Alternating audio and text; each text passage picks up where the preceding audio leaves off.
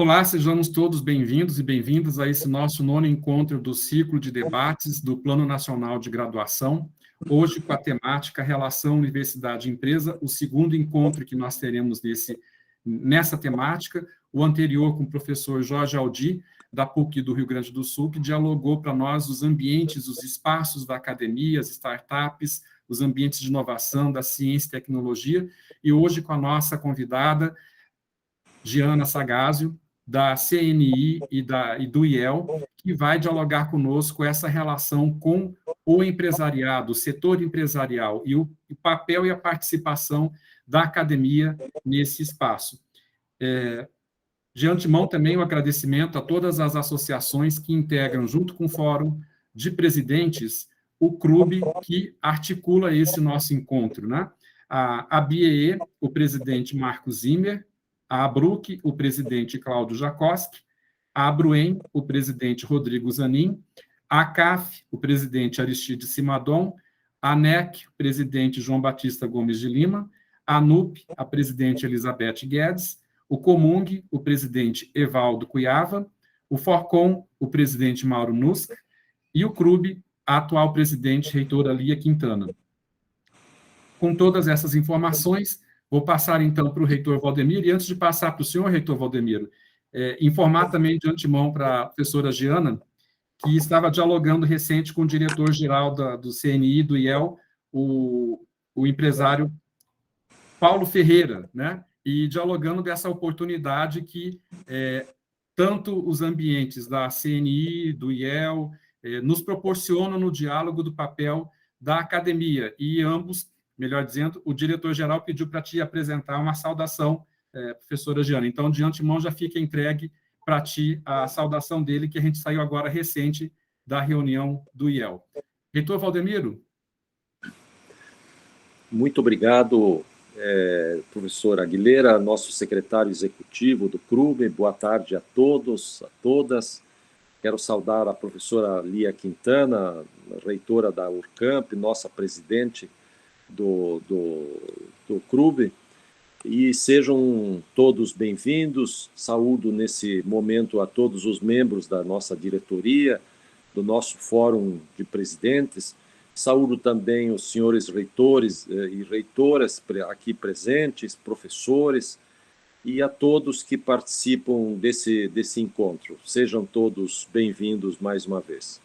E quero saudar, nesse momento, muito cordialmente a nossa palestrante de hoje, a doutora Giana Sagazio, que é diretora de inovação da Confederação Nacional da Indústria, da CNI, e que vai nos brindar nesse encontro do nosso ciclo de debates com a sua fala sobre o tema relação universidade e empresa. Muito obrigado, doutora Giana, seja muito bem-vinda, sinta-se em casa, apesar do nosso online, e o CRUB deixa aqui um cordial agradecimento em nome dos presidentes e tudo isso, né? E queria salientar que há poucos dias, mais especificamente no dia 16 deste mês, tivemos uma palestra neste mesmo recinto que tratava deste mesmo tema, né? Porém, com o foco mais acadêmico, né? Com o ponto de vista universitário, né? Pronunciada a referida palestra pelo Dr. Jorge Aldi, da PUC do Rio Grande do Sul. Então, como se trata de um tema muito estratégico para o país, nós consideramos esse um dos pontos mais estratégicos para o desenvolvimento do país. O CRUB decidiu buscar palestrantes que pudessem nos falar sobre esses dois pontos de vista do lado da academia, mas também da indústria, né? Afinal, são duas realidades que têm uma vocação inata para se aproximarem. Sem isso, o prejudicado maior, né, quanto mais distantes estiverem esses dois atores, um do outro, o maior prejudicado será o desenvolvimento tecnológico do nosso país. Então, como se verá na apresentação do seu currículo, a doutora Giana, como diretora da inovação da CNI, é certamente uma das pessoas com mais experiência nesta área no país, sob o ponto de vista do setor produtivo, né? Sob o ponto de vista da indústria. Né? Essa área aqui nós temos que trabalhar para aproximarmos a academia do setor produtivo. Né? Quanto mais próximos estiverem a academia e o setor produtivo, mais o país estará próximo de um desenvolvimento, né, de se tornar um país desenvolvido. Né? Então, muito obrigado mais uma vez, doutora Giana, e o professor Lúcio apresentará o seu currículo, né? E passo a palavra agora para a professora Cássia Ferri, da Universidade Regional de Blumenau, e a professora Cássia é a coordenadora da equipe que está pensando um novo projeto de universidade, que o CRUB se impôs, né, como o seu papel, como a sua função, tendo em vista a sua característica, tendo em vista os associados, né, ele reúne os associados que representam toda a universidade brasileira, pública federal, pública estadual, particular, e as católicas, todas as sem fins lucrativos, né? Então, com a palavra, a professora Cássia, para tocar o nosso evento ali. Professora Cássia, é contigo. Obrigada, professor Valdemiro. Boa tarde a todos e a todas. Todos sejam muito bem-vindos. Como já a Guilherme mencionou, e o professor Valdemiro também, este é o nosso 9º encontro do ciclo de debates sobre o Plano Nacional de Graduação. Então, aqueles que estão conosco já há 9 encontros, muitíssimo obrigada, né? Já conhecem a dinâmica e a forma como trabalhamos aqui. E os que estão conosco pela primeira vez, sejam muito bem-vindos. A ideia, de fato, é um ciclo de debates, portanto, a nossa convidada, a senhora Giana, ela terá aproximadamente uns 40 minutos de fala, ela fará a sua exposição, e, na sequência, a gente convida a todos para que se manifestem ou no chat ou utilizando os microfones, né, a mão que identifica aí o pedido de fala, né, a abertura da fala. A gente vai fazendo a coordenação desse debate, porque o desejo é que se converse, né, e o principal objetivo é a qualificação dessa proposta, né, que é o Plano Nacional de Graduação, que nós estamos trabalhando. Vocês ouvem, os que estão conosco já ouviram falar sobre a versão 0, né? O GT construiu uma versão inicial sobre o assunto. Nós nos propusemos a fazer as discussões a partir desses encontros, para que, na sequência, a gente possa apresentar, sim, um documento que irá para a audiência pública, ou seja, né, será distribuído a todos vocês para que ainda receba sugestões, complementações e todos os outros detalhes.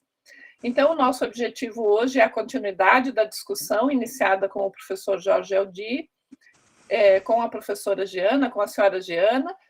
Nós deixamos já aberto, desde esse momento, o chat para que vocês possam colocar as suas questões e, posteriormente, após a fala, vocês podem também se manifestar aqui conosco. Professora Giana, desculpa, o hábito de chamar de professora é tão habitual que a gente não consegue sair do modo comum de chamar todos de professora, né? Mas não deixa de ser também, nesse momento... Eu já dei aula também, então não tem problema. Está tudo bem, né? Então, sinta-se à vontade. O professor Lúcio fará a leitura do seu currículo e, na sequência, a senhora pode iniciar a sua manifestação. Muitíssimo obrigada pela sua disponibilidade. Certamente as suas contribuições vão contribuir muito, né? As suas informações, as suas reflexões vão nos trazer contribuições para o nosso texto e para o nosso debate. Então, fique à vontade. Professor Obrigada. Lúcio, por favor, faça a apresentação da professora Giana.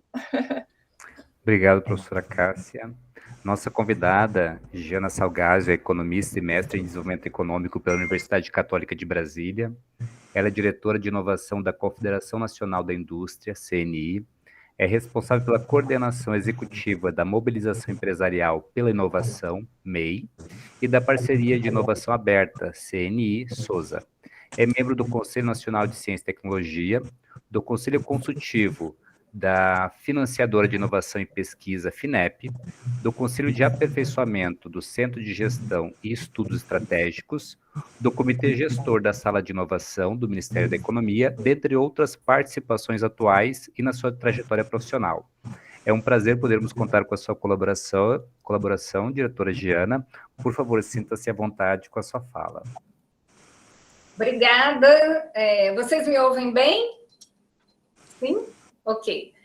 Primeiramente, eu gostaria de agradecer o convite, com muita satisfação que eu participo aqui dessa conversa, né, desse diálogo no clube, e eu vou falar um pouquinho do trabalho que a gente faz na CNI, na MEI, que, na verdade, é uma grande articulação pela ciência, tecnologia e inovação no Brasil, e, claro, a educação tem um papel central. E também vou comentar o documento, a proposta de vocês. Eu não sei se todos conhecem a CNI, a Confederação Nacional da Indústria. A CNI ela representa todas as indústrias do Brasil, indústrias de todos os portes, de todos os setores. A gente está falando aqui de, por volta, mais de 1.200.000 indústrias, né?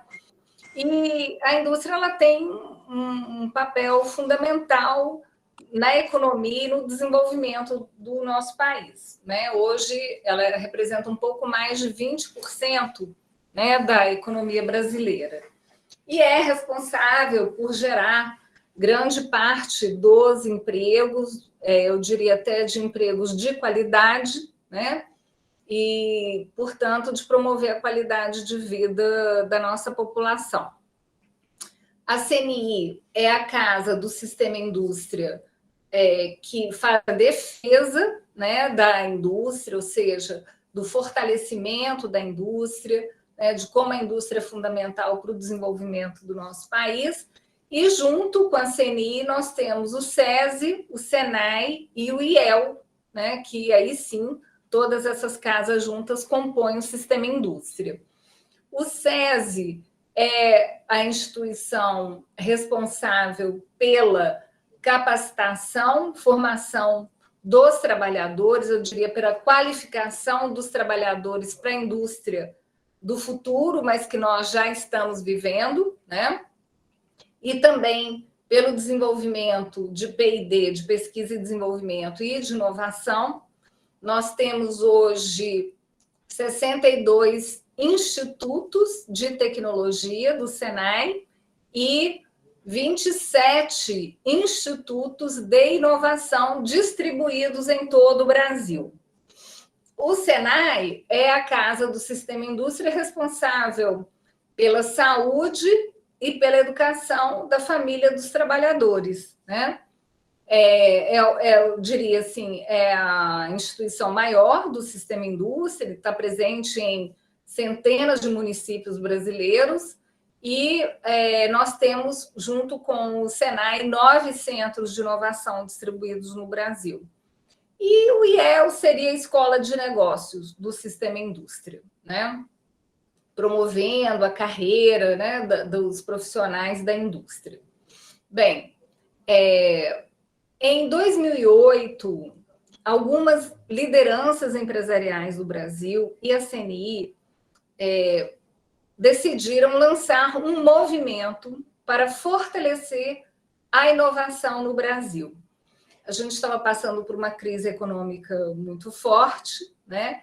E entendendo que a inovação é central para podermos superar crises econômicas, sociais e voltar a crescer, esse movimento foi lançado Já são 13 anos, então, da MEI, da Mobilização Empresarial pela Inovação. A MEI, hoje, reúne por volta de 500 das mais importantes lideranças empresariais do Brasil. São indústrias de todos os setores, concorrentes, né, mesmo. São grandes empresas, no caso, que participam da MEI. E, na verdade, são as lideranças mesmo, né, que participam.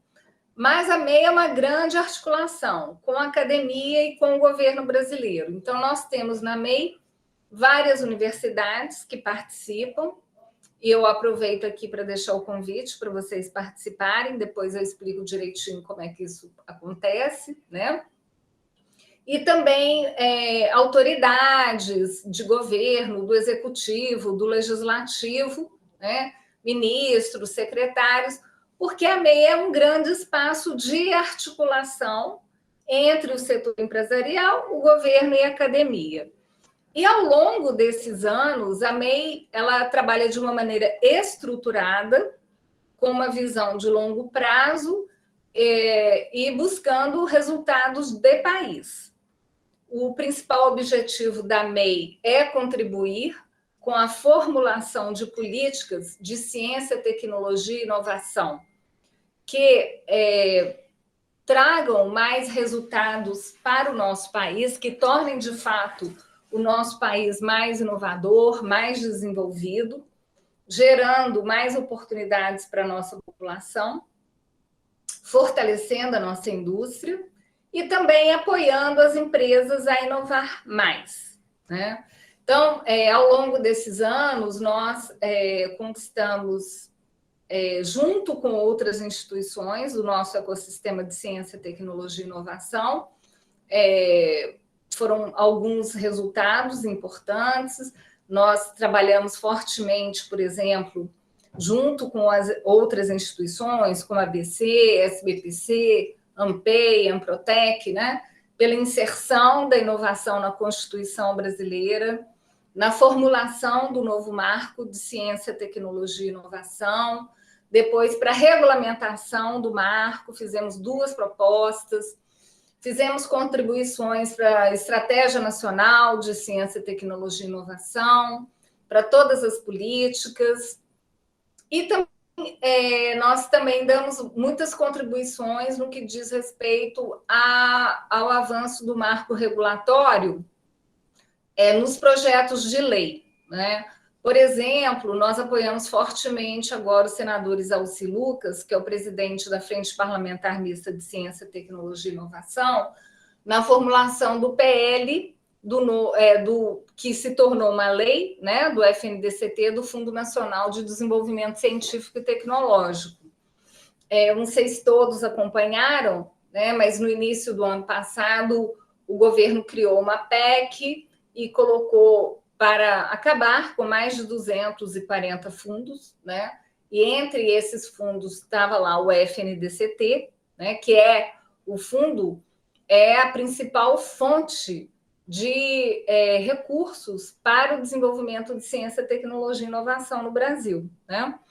E aí nós, junto com outras instituições, né, então o setor empresarial, junto com a academia, né, trabalhamos conjuntamente para retirar o FNDCT dessa PEC.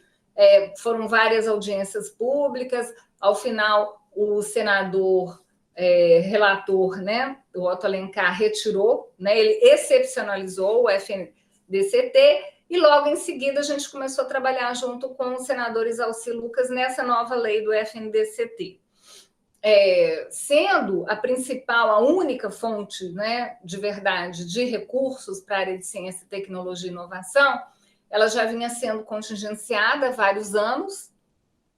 Eu diria que desde 2014 os contingenciamentos começaram a ser mais fortes e chegou a por volta de 90% no ano passado, né? Então, foi uma conquista, eu diria assim, das instituições do nosso ecossistema. Finalmente aprovamos a lei no início do ano.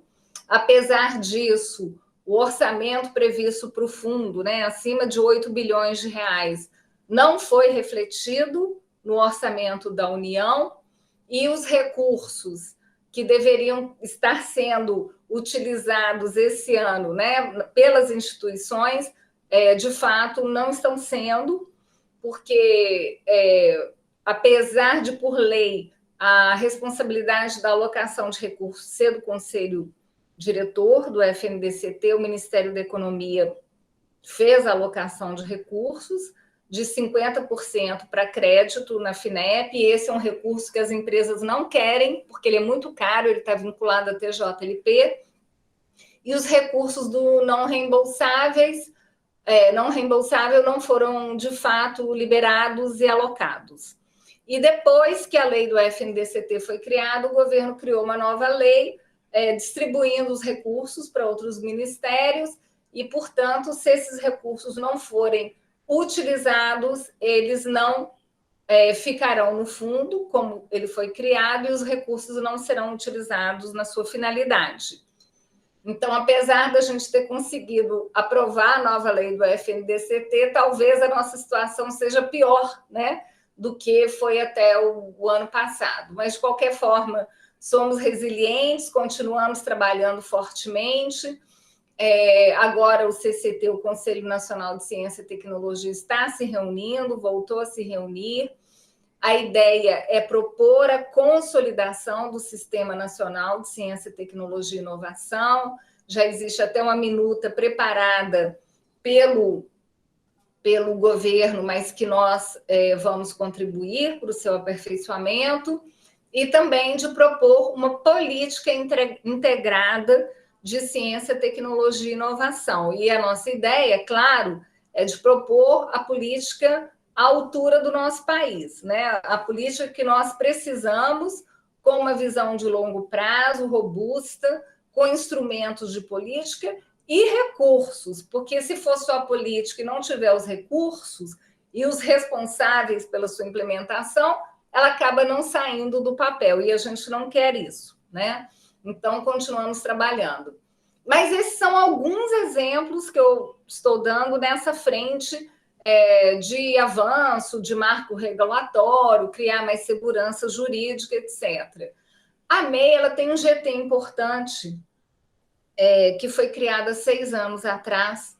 Esse GT, ele surgiu pelo seguinte: nas reuniões do Comitê de Líderes da MEI, sempre existe, hoje ainda, né, um diálogo entre as lideranças empresariais, e eles sempre falam: olha, a gente precisa de pessoas qualificadas, né, para desenvolver tecnologia, inovação aqui no Brasil. Muitas vezes as empresas contribuem nessa formação, mas também existe uma evasão, né, uma fuga de cérebros que não é só da academia, também é do setor empresarial. E, claro, para os países serem mais inovadores, mais desenvolvidos, a gente precisa educar e qualificar as pessoas, principalmente nessa revolução, nessa 4ª revolução industrial que a gente está vivendo. Então, essa é uma questão central de discussão na MEI. E, por causa disso, foi criado um GT, um grupo de trabalho, há 6 anos atrás. Ele foi liderado por muitos anos pelo Mário Kerr, que era o vice-presidente de engenharia da Embraer, e hoje ele continua a ser liderado pelo Luiz Carlos, que é o atual vice-presidente de engenharia da Embraer. E dele participam várias lideranças empresariais, reitores, diretores de universidades, enfim. A MEI, como ela é um movimento, participa quem quer, né? Então, as pessoas podem participar, dar suas contribuições institucionalmente, com o seu CPF, né? E essas contribuições são muito importantes para a gente poder avançar. Um exemplo do que foi feito nesse GT foi uma contribuição. Na verdade, a gente fez um documento com uma proposta da MEI para modernização do ensino de engenharia no Brasil. Exatamente na linha do que eu comentei com vocês, porque lá a gente identificou uma carência muito grande de profissionais qualificados para desenvolver tecnologia e inovação hoje no Brasil, né? E aí a gente ouvia vários CEOs dizendo, eu tenho 1000 vagas, não consigo preencher, eu tenho 500 vagas, né? E aí nós fizemos uma proposta que começou a ser discutida na sociedade, com a Benji, com várias instituições, né, do setor. Finalmente, aí essa proposta ela foi sendo enrobustecida, né? Ela foi se expandindo, se fortalecendo, e finalmente o Conselho Nacional de Educação utilizou uma proposta construída na sociedade, mas que partiu muito, né, da demanda das empresas que contratam os e as engenheiros, né, para ser a base para as novas diretrizes curriculares de engenharia, né? E hoje esse GT ele trabalha muito focado na implementação dessas novas diretrizes curriculares de engenharia e em outros avanços, né? Tanto de marco regulatório quanto de referências para o nosso país. Isso é apenas um exemplo também do trabalho que a gente vem fazendo. Hoje a gente tem um outro GT na área de educação, é um GT de educação técnica profissional, né? E dentro da nossa agenda da MEI, nós também trabalhamos a questão do financiamento, a inovação. Então, existe um GT que trabalha para atração de investimentos no Brasil, para o aprimoramento dos instrumentos, né, de financiamento e inovação. Temos tudo que eu estou falando para vocês está no nosso site, disponível, é acessível, né?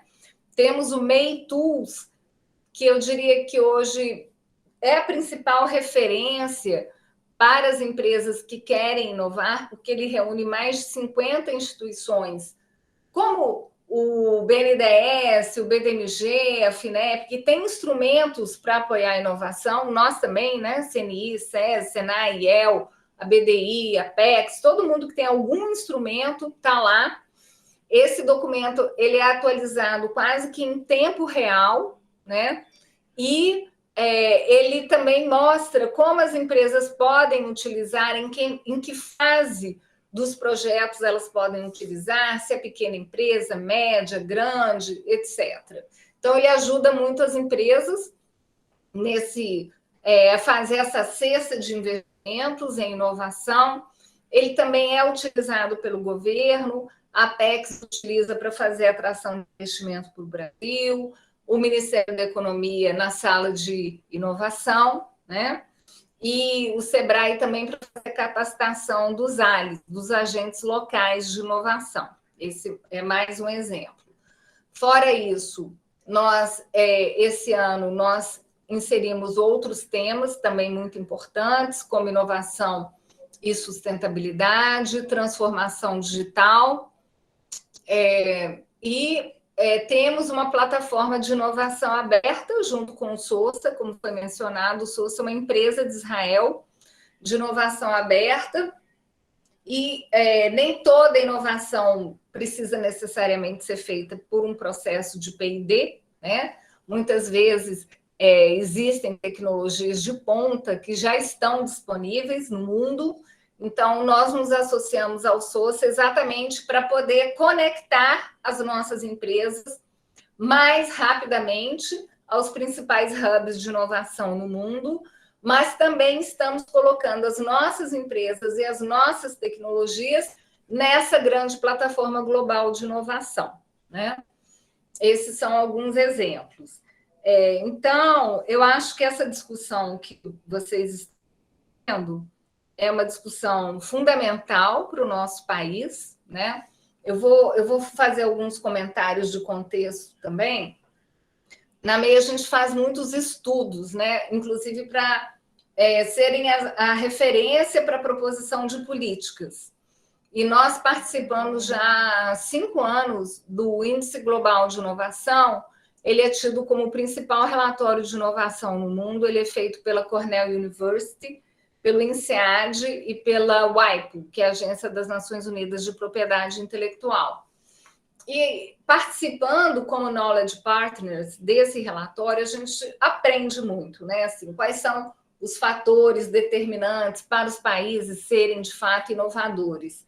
E um dos fatores que influencia muito negativamente a posição do Brasil é a qualidade da educação, né? Então, por quê? Porque ele usa como referência, uma das suas referências, porque são muitas referências, o PISA, né? Esse é só um exemplo. Mas, enfim, esse relatório, a metodologia é bastante complexa, completa, e são várias referências. Mas só para dizer o quanto que é central o tema da educação, né, para que o país possa ser, de fato, um país que promove mais a ciência, a tecnologia e a inovação. Esse ano nós ficamos em 57º lugar, em 132 países. Essa posição não é compatível, né, com a nossa economia. A gente deveria estar pelo menos entre os 20 países mais inovadores do mundo.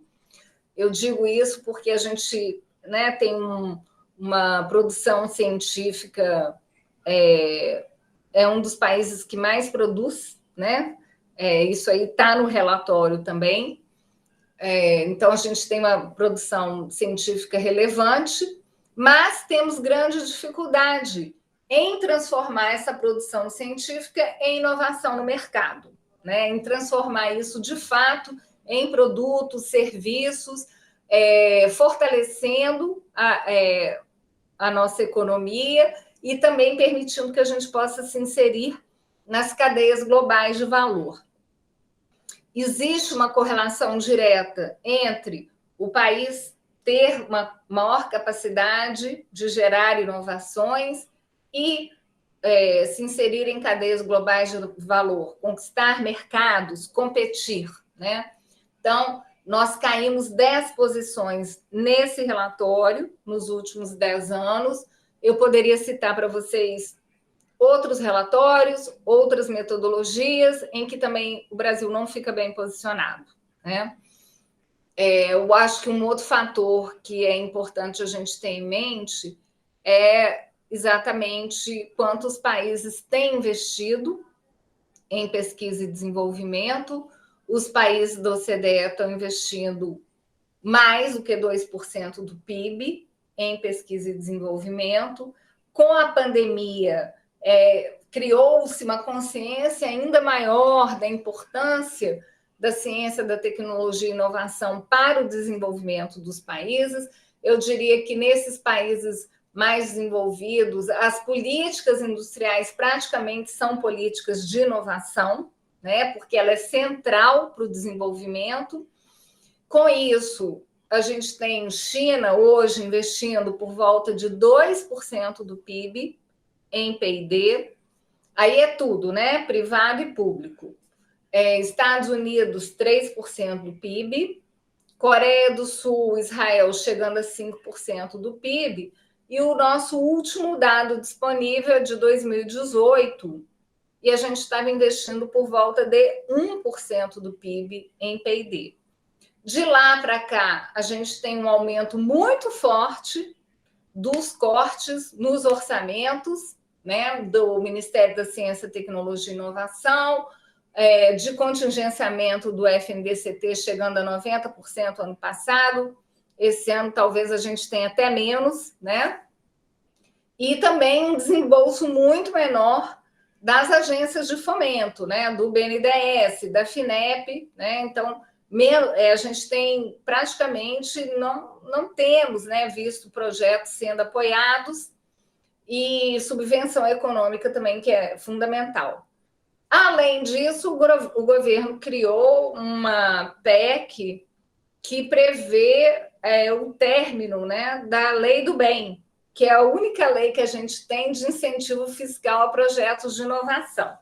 Então, eu dei um contexto assim para vocês, dizendo isso tudo é para dizer que a gente está na contramão do que está acontecendo nos países em que existe um reconhecimento da importância de se investir em ciência, tecnologia e inovação, em se desenvolver, né, essa área. No Brasil, isso não é uma prioridade, né, de acordo com o que eu estou mostrando para vocês, e, pelo contrário, né, a gente tem tido uma dificuldade cada vez maior, né, de apoiar a ciência, tecnologia e inovação. Hoje mesmo, junto com o Evaldo, presidente do CNPq, a gente estamos muito preocupados, porque hoje é o último dia para o governo mandar um PLN para o Congresso, restituindo os recursos de orçamento do CNPq, e se isso não for feito hoje, não será possível cumprir o que foi planejado pelo CNPq, inclusive o edital universal, né, que envolve aí mais de 30 mil pesquisadores. Então, essa é a situação que a gente vive. Isso tudo é para dizer que o que vocês estão discutindo é fundamental para o Brasil, nesse contexto, né? E aí, eu vou fazer alguns comentários pontuais com relação à proposta, né, que eu recebi, que foi analisada por mim e pela minha equipe, né? Então, esse documento que vocês compartilharam e propõe um plano nacional de graduação, esse documento ele dialoga muito com o que vem sendo discutido nesse GT da MEI, tá? De engenharia e educação STEAM. Então, vocês levantam o ensino da graduação orientado à aprendizagem, ou seja, coloca o aluno no centro do processo de aprendizagem como protagonista, e isso, de fato, nós concordamos, é por aí, né? O engajamento estudantil, para pensar no acesso, na permanência e o sucesso. Esse tema ele é menos abordado no nosso GT, mas nós concordamos totalmente com relação à necessidade de assegurar o acesso e a permanência dos alunos nos cursos, né? Isso passa, sim, por uma oferta de políticas de acolhimento, né, aos ingressantes e de uma formação, de fato, mais conectada com o mundo, né? Que tenha um sentido e propósito. Com relação à avaliação dos cursos de graduação, é claro que esse assunto é muito importante, é relevante. Esse tema ele foi destacado no nosso primeiro documento produzido no GT de Engenharia da MEI, e ele foi destacado como um dos pilares para a modernização dos cursos, né, no Brasil. Ele será objeto do trabalho do GT em 2022. Então, eu vejo aqui uma oportunidade da gente trabalhar juntos, né, de juntar forças para que esse assunto possa avançar. Com relação à docência no ensino superior, esse é outro pilar que nós destacamos, né? E que também está no nosso planejamento para ser trabalhado no próximo ano. O financiamento da educação superior, ele não foi abordado ainda no GT, mas, sem dúvida, ele é de grande importância, principalmente diante dessa crise que a gente está vivendo, né? Então, eu acho que esses temas, caso vocês queiram, podem ser tratados lá no âmbito do GT, né? A gente buscar uma sinergia de forma a fortalecer a criação desse Plano Nacional de Graduação e esses aspectos que estão sendo defendidos nesse trabalho que vocês fizeram, tá? Bem, aí eu vou destacar agora para vocês alguns pontos que nós defendemos nos nossos documentos, tá? E que também alguns dos pontos de vocês, né? Essa perspectiva dos cursos de graduação como um processo e não apenas como uma soma, né, de conteúdos, uma acumulação de conteúdos, enfatizando o desenvolvimento de competências e habilidades nos alunos, né? Em termos de metodologias pedagógicas, a necessidade de incentivo ao ensino baseado em projetos e desafios das empresas e sociedade, a adoção de um modelo híbrido, combinando atividades presenciais e à distância, e a utilização de tecnologias, né, de laboratórios, conectando com o mundo real. Inclusive, a gente lançou recentemente uma plataforma em que a gente conecta universidades com empresas, né? Demandas das empresas com ofertas de universidades. E se vocês tiverem interesse, ou lá no GT, ou em algum outro fórum, a gente pode mostrar isso de forma mais detalhada, tá bom? Mas existe essa preocupação em promover uma maior articulação, nessa linha do que vocês colocam também. Bem, a gente acredita, né, que o sistema de avaliação atual ele cumpre a função de avaliar se as instituições estão oferecendo os cursos, mas somente um sistema de avaliação padronizado pode dar conta do alto volume da oferta de cursos, né? Então, tanto o ENAD como os atuais formatos dos instrumentos de avaliação, eles se constituem em instrumentos importantes, né, que se prestam a avaliar esses níveis mínimos exigidos. Mas falham em dois aspectos fundamentais, né, que seria o de qualificar os cursos, que estão, de fato, buscando desenvolver competências nos egressos, sejam cognitivas ou de nível mais alto, associadas aos conteúdos, sejam competências socioemocionais. E também incentivar a inovação e o aprimoramento contínuo nos processos de formação dos egressos.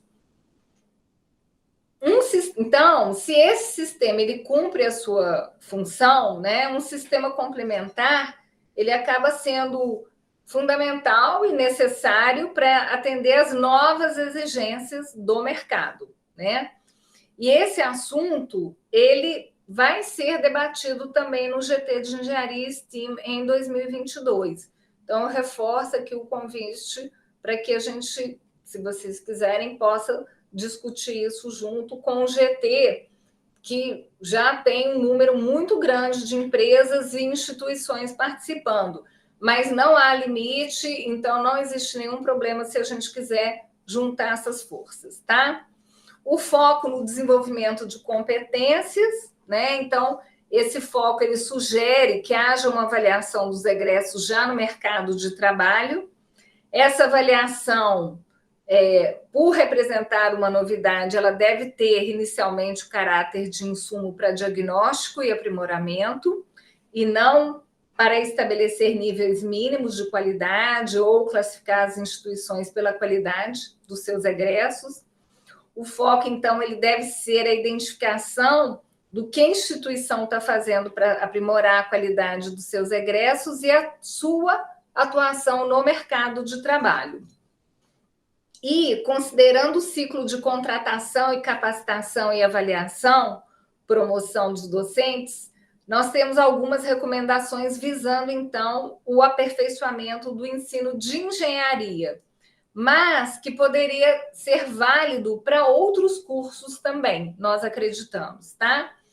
Então, o primeiro é a contratação de docentes, considerando a experiência acadêmica, publicações, atividades de pesquisa, etc., mas também a experiência prática de engenharia, né? A participação em projetos de natureza tecnológica, patentes, etc. 2, a capacitação de docentes por meio de cursos, de workshops, de estágios, comunidades de prática, com especial atenção à capacitação para o ensino de engenharia com participação ativa dos estudantes, com desafios, né? Projetos, competições, etc. 3, critérios de avaliação e promoção que levem em conta, segundo a vocação de cada escola de engenharia. Então, a pesquisa e publicações, competência de administrar efetivamente processos de ensino e aprendizagem de engenharia, atividades de engenharia e de cooperação com o setor produtivo, né? Então, poderiam ser projetos de desenvolvimento tecnológico, consultoria de engenharia. E a gente também pode imaginar aí premiações, né? E reconhecimentos dos melhores docentes, etc. O engajamento das lideranças das IES é condição fundamental para a transformação das formas de concepção, de organização e aprendizagem e avaliação de alunos, para que isso, de fato, se concretize. E sem essa adesão, acreditamos que torna-se inviável desenvolver essa cultura inovadora que é tão necessária aos cursos de graduação em todas as áreas, em todos os setores, né? Então, eu acredito que esses são os pontos que podem ser considerados na discussão e que têm, de fato, total aderência com a proposta que está sendo debatida. Nós acreditamos que essa reflexão é fundamental, né, nas universidades. Precisamos apoiar as universidades a se inserir cada vez mais nesse contexto que estamos vivendo global, né, em que a ciência, tecnologia e inovação são, de fato, muito estimulados, né, e isso é determinante para as carreiras do futuro. E eu espero agora poder discutir com vocês. Eu somo a isso tudo, estaremos realizando o 9º Congresso de Inovação da Indústria em março do ano que vem, vai ser em São Paulo, as inscrições estão abertas no nosso site, ninguém paga nada, pode já fazer inscrição e vocês podem divulgar, né, nas suas universidades. O site é congressodenovacão.com.br. Lá também vocês podem ver versões anteriores do congresso. Então, é um evento muito bacana, a gente traz especialistas do Brasil, do mundo, e, como eu disse, é um momento assim, em que as pessoas podem se encontrar e se atualizar, e saber mais sobre o que está acontecendo. Mas nós decidimos também, no dia seguinte ao Congresso, fazer o primeiro Fórum Brasileiro de Articulação Universidade-Empresa. E aí eu espero contar com vocês também. O novo Marco de Ciência, Tecnologia e Inovação, ele remove, né, qualquer obstáculo que existia a uma maior articulação entre as universidades e empresas.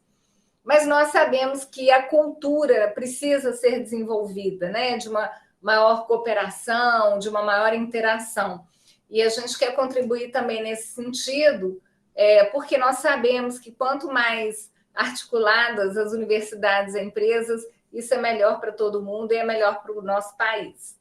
Então, eu agradeço aqui a oportunidade, espero ter contribuído e fico à disposição para a gente conversar mais sobre o assunto. Giana, muitíssimo obrigada. Eu acho que as suas contribuições, sem dúvida, nos ajudam a pensar em várias coisas. A gente vai abrir aqui a fila das discussões, né, das proposições, para as pessoas poderem conversar contigo e ampliarem, né, o nosso processo de reflexão.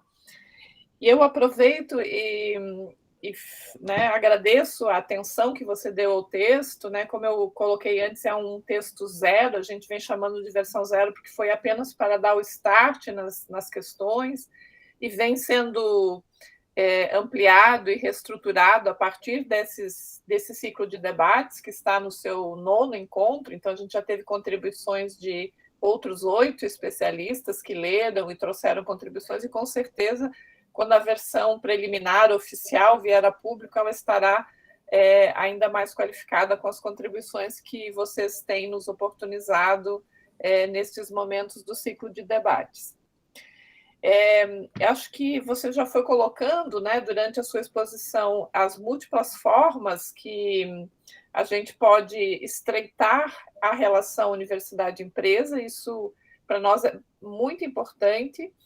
E esse é a principal proposição aqui do debate, né? É como é que nós, de fato, podemos estreitar esta relação de modo a fazer as duas instituições ampliarem as suas possibilidades, né?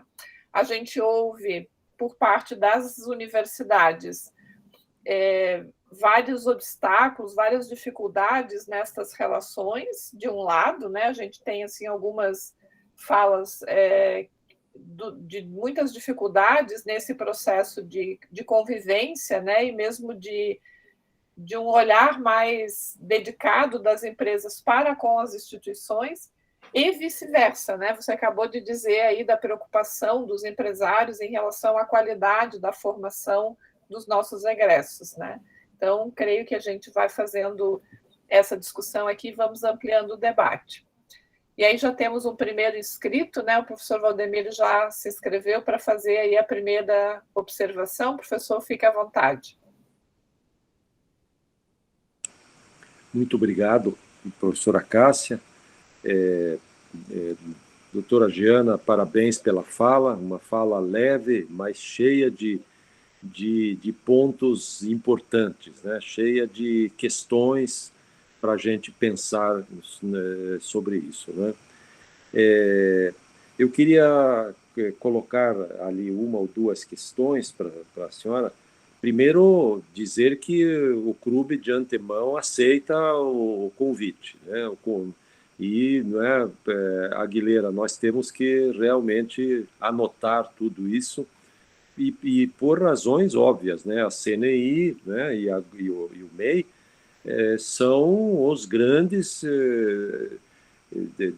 digamos, locais onde as empresas estão, né? Quer dizer, tem mais de 1 milhão de empresas afiliadas, né? Então, é o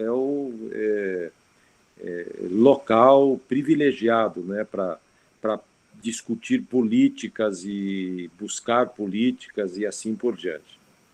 Eu queria fazer uma pergunta, levantar uma questão, doutora Giana, em relação à relação da CNI, né, ou do MEI, e da CAPES, né?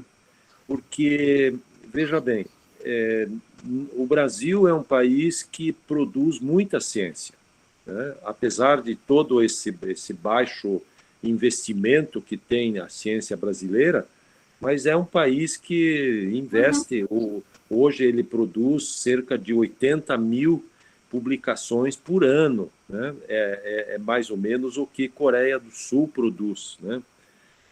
Quando, porém, a gente vê e isso nos coloca numa situação de 13º ou 14º país do mundo em produção científica, né? Portanto, não é pouco. Por outro lado, daí a senhora fala, né? Eu já tinha esse ranking, o 57º lugar em inovação, né? Quer dizer, de um lado nós somos o 13º país em produção científica e em termos de inovação somos o 57º.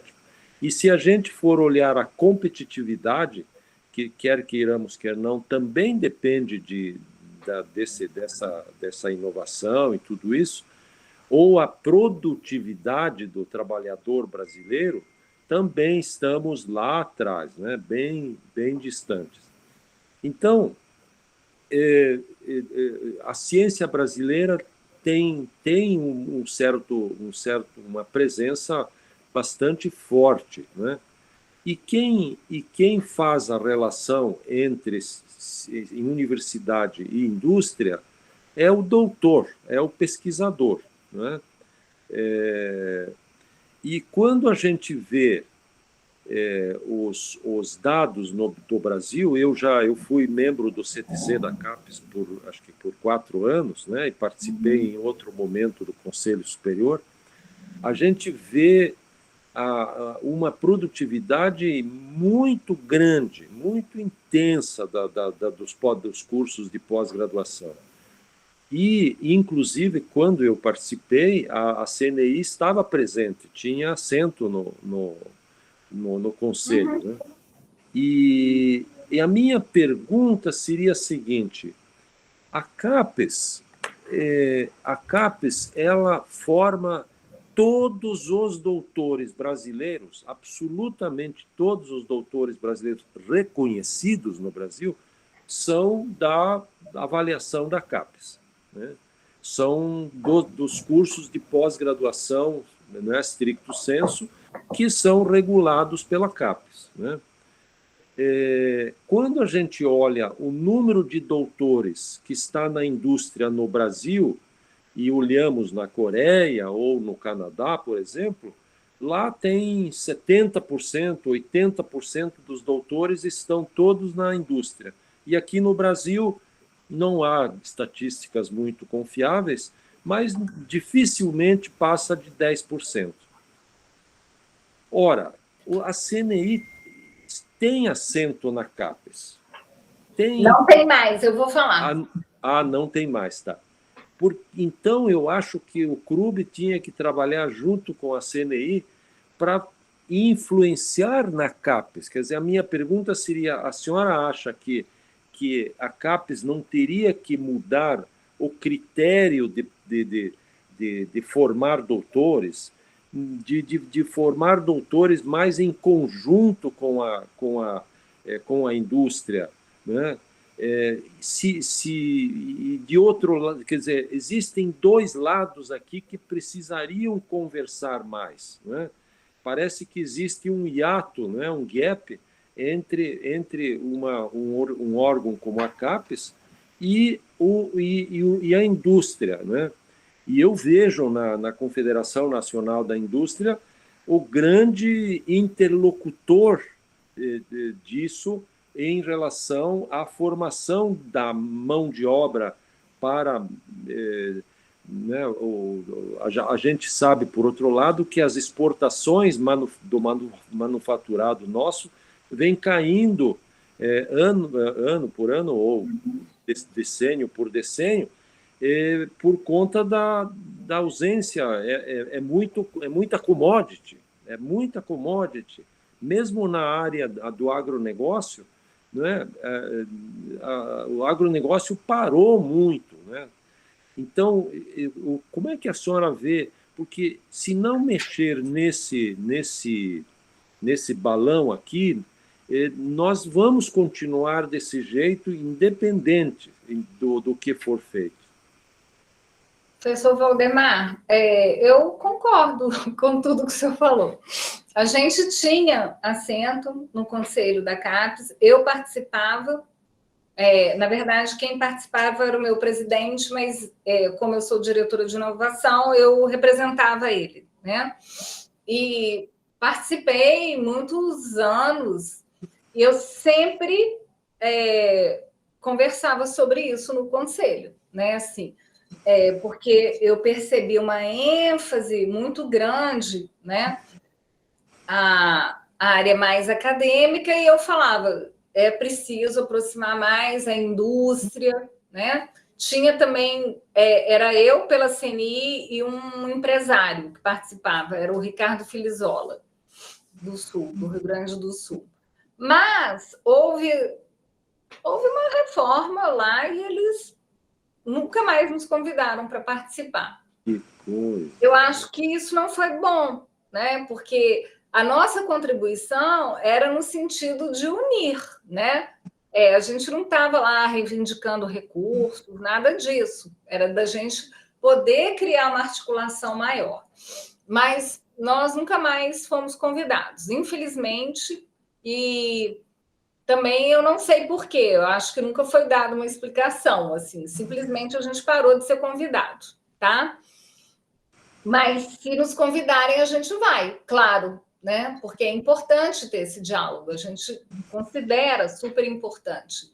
A CAPES ela surgiu para atender toda a área de ciência, tecnologia e inovação, né? Não é só a academia. Então, eu falava isso, a gente também tem que pensar em formar os pesquisadores, os doutores para o mercado de trabalho, para as empresas, né? No caso, não só para as universidades. É super importante, sim, mas a gente tem que articular melhor.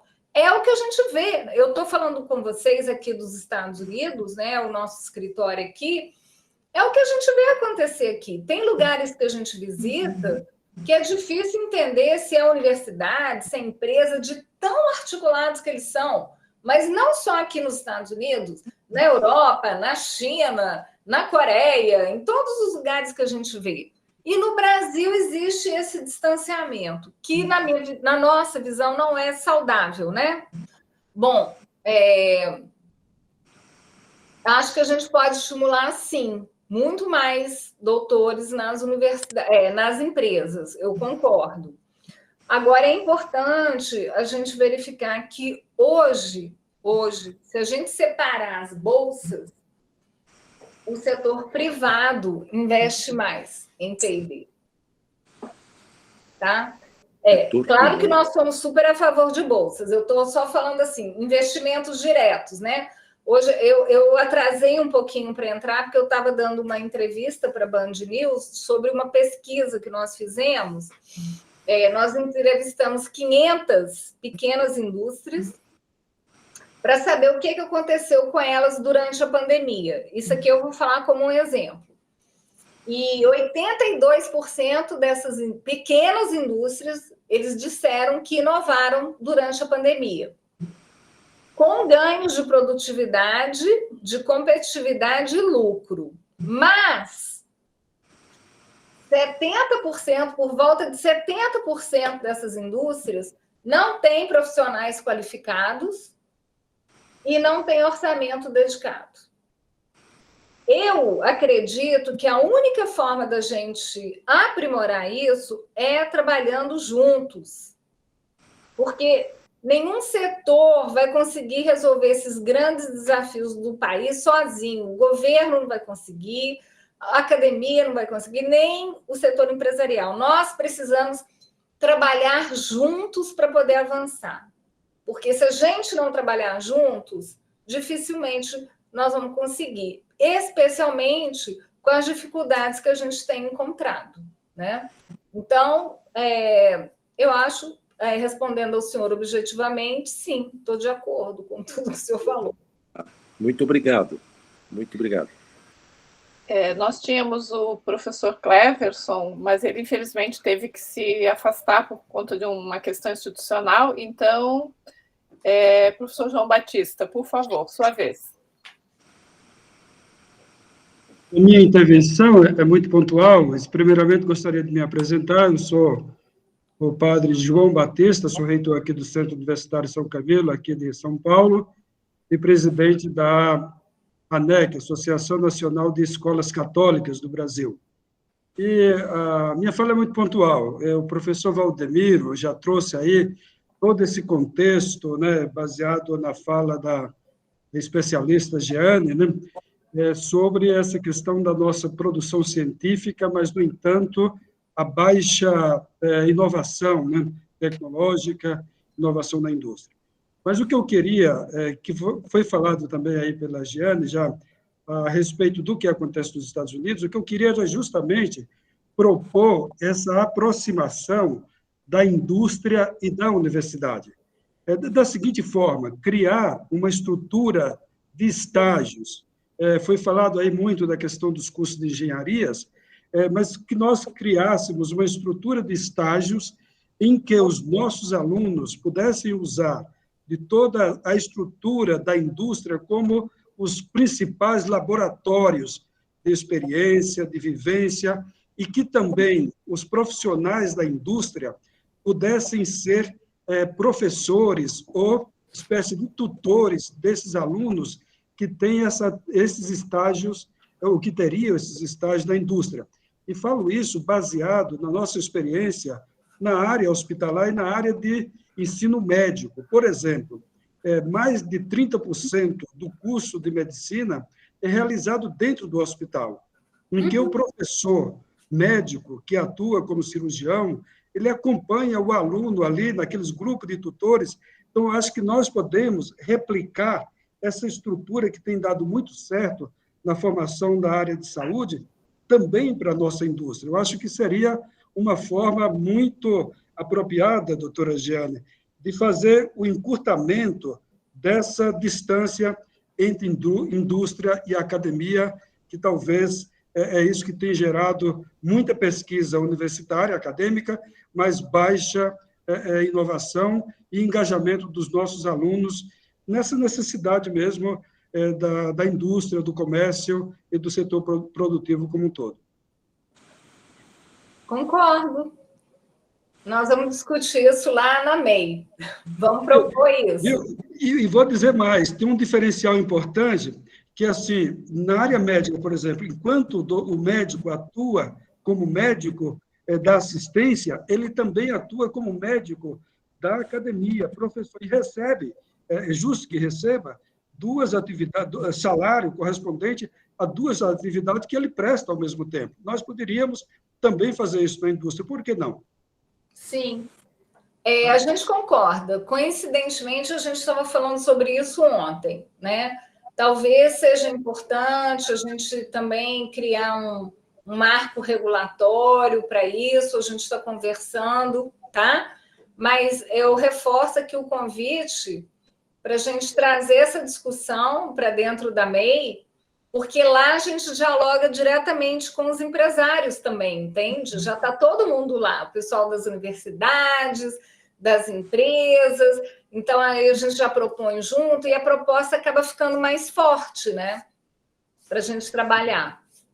Mas eu concordo, eu acho que isso é fundamental.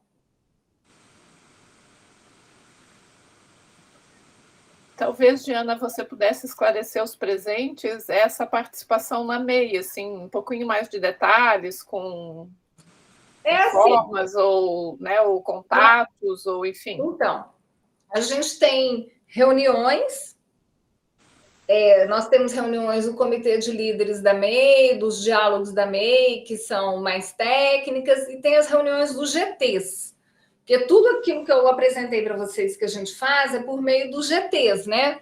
Tem o GT de marco regulatório, de engenharia, de educação técnica profissional, de financiamento, de inovação e sustentabilidade, de transformação digital, então, e vários, né? E de indicadores. Então, quem tiver interesse pode participar dos GTs. Aí, no caso, seria o GT de engenharia, e eu só precisaria de receber os nomes e os contatos para que a gente possa colocar no mailing, e aí as pessoas começam a receber convite para participar. É bem informal. Vocês podem até coordenar isso, acho que seria mais legal, sabe, professora Cássia? Talvez vocês pudessem mandar uma lista já de todo mundo que deseja e a gente, com isso, inclui no nosso mailing. Aí eu precisaria receber o nome da pessoa completo, o cargo, a instituição, telefone e e-mail. Pronto. E aí eu já posso colocar no nosso mailing. Ok. Tá? Certo, ok. A professora Wagda fez uma observação aqui no chat, Diana. Ela diz o seguinte, que a relação entre a instituição formadora e a instituição empregadora, ela é muito necessária. Mas a gente ainda tem muito presente um discurso muito contraditório nessa relação, né? Por um lado, os discursos de exploração de mão de obra, né?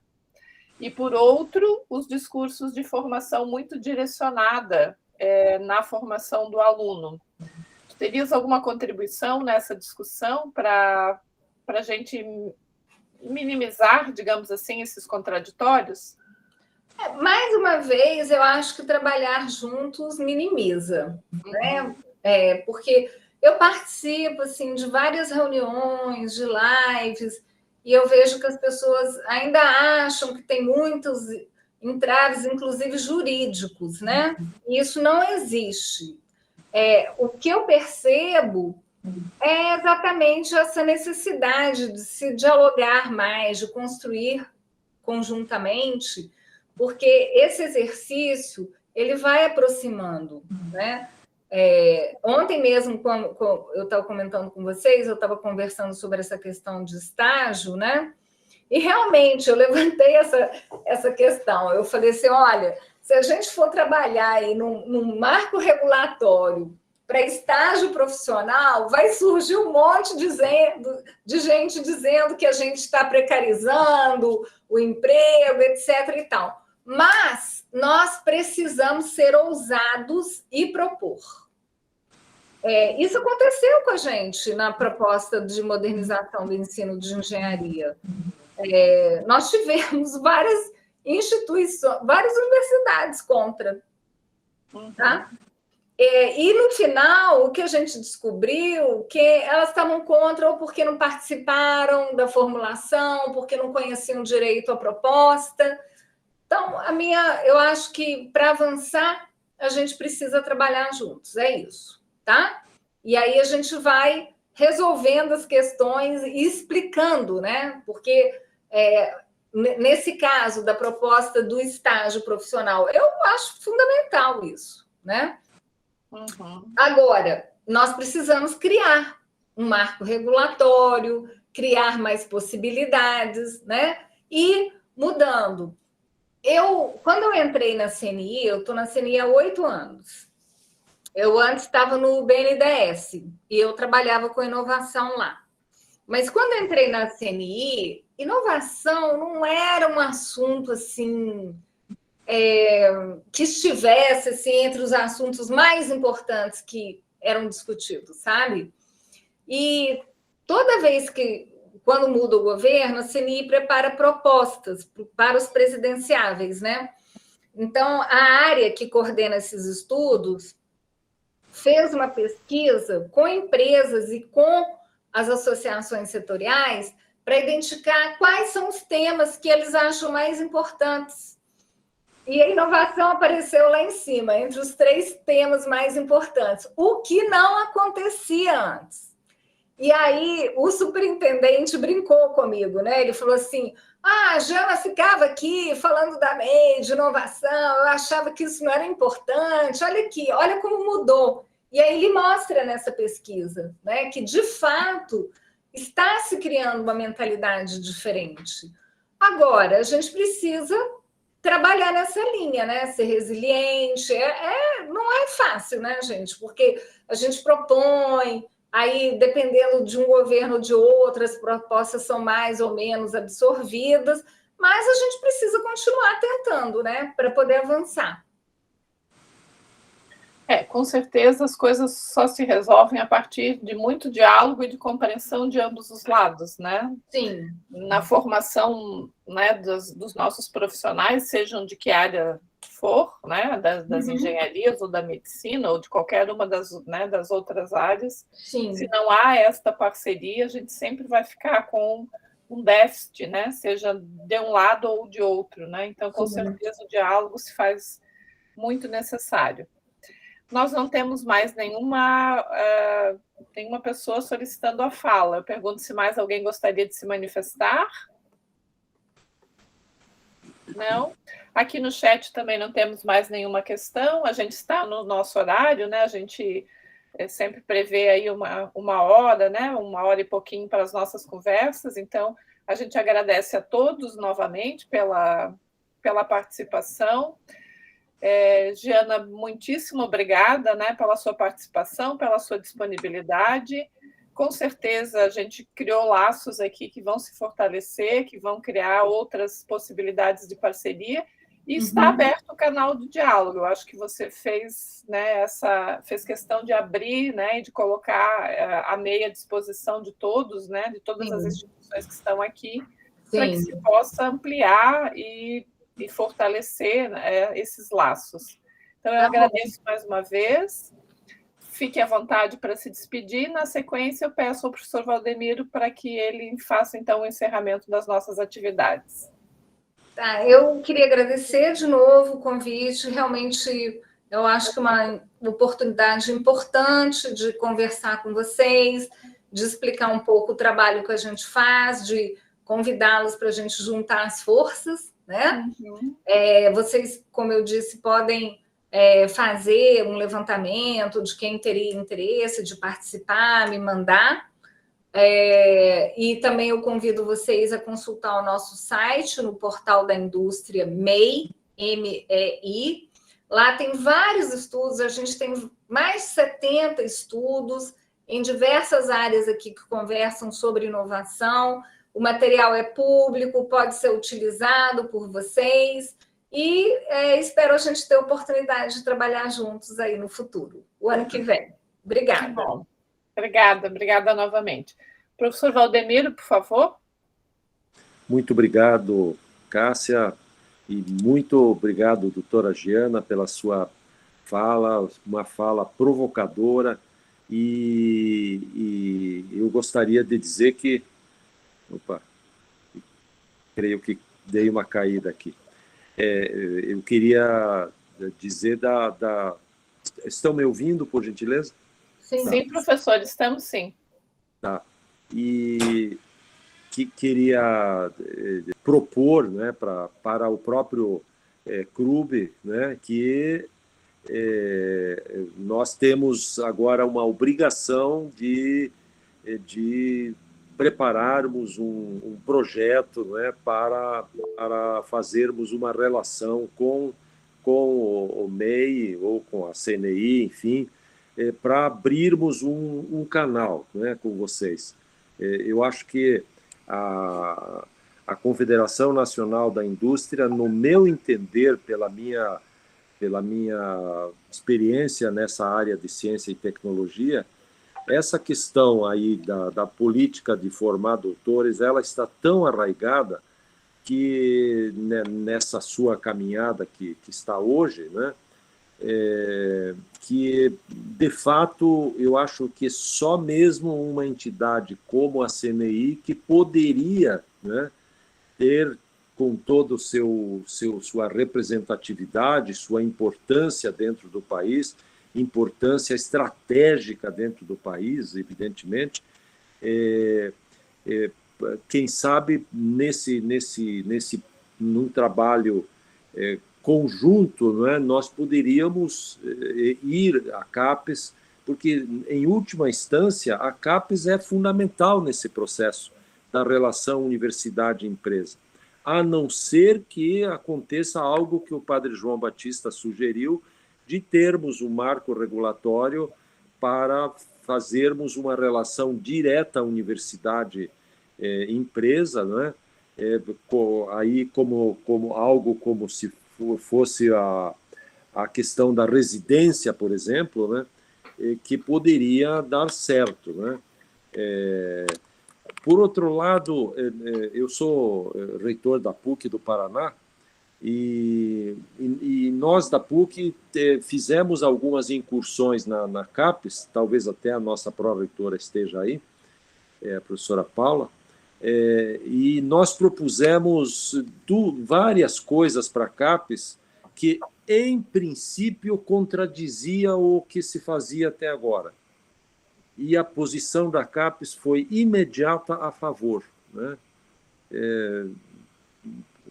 Poderia até citar, criamos um doutorado empresarial, estritamente com empresa, né? Doutorado, né? Hoje existe doutorado profissional já aprovado, mas naquela época não tinha. Sim. E o presidente, né, da CAPES disse: voltem rápido para Curitiba e comecem isso ontem, né, já.